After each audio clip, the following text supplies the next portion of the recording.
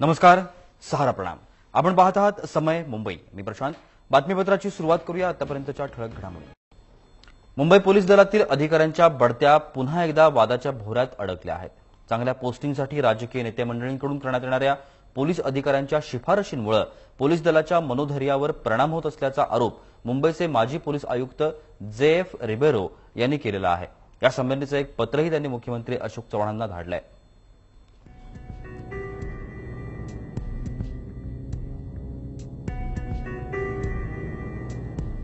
या शहरामध्ये अनेक प्रामाणिक आणि कार्यक्षम पोलीस अधिकारी आहेत.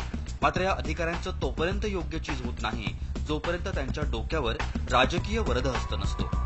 मात्र काही अकार्यक्षम अधिकारी केवळ राजकीय नेत्यांचा हात डोक्यावर असल्यामुळे मोठ्या पदावर पोहोचलेले दिसतात. मुंबई पोलीस दलातील सहआयुक्त Himanshu Roy, additional CP Ramrao Pawar, DCP Sanjay Banerjee, DCP Ajit Patil या आणि अशाच काही अधिकाऱ्यांवर प्रश्नचिन्ह उपस्थित केलंय माजी पोलीस आयुक्त जे.एफ. रिबेरो यांनी.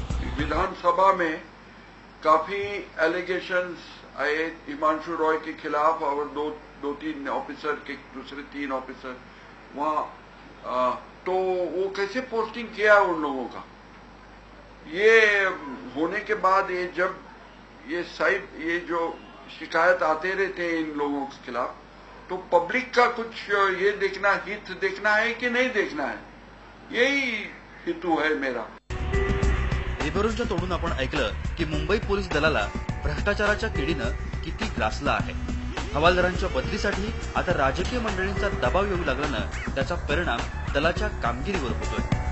मैं कंफर्म किया तो मैं मिनिस्टर साहब को चिट्ठी लिखते रहते हैं कि देखो ऐसे खिलाफ इनके खिलाफ एलिगेशन आ रहे हैं और बहुत खतरनाक है.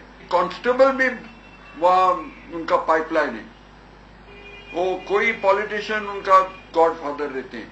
मैंने सुना है ड्राइवर कि ये गाड़ी पर ड्राइवर काम करना चाहते हैं, वो भी वहां से ऑर्डर कुछ ये आती शिफारस. काही भ्रष्ट अधिकाऱ्यांवर विधानसभेत चर्चा होऊन देखील सरकारवर मात्र त्याचा परिणामच होत नाहीये.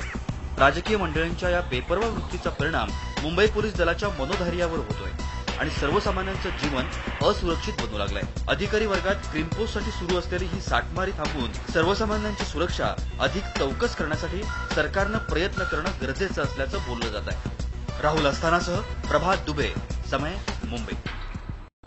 आणि याबरोबरच हे बातमीपत्र इथेच समाप्त होतंय. ताज्या घडामोडींसाठी पाहत रहा समय मुंबई. नमस्कार.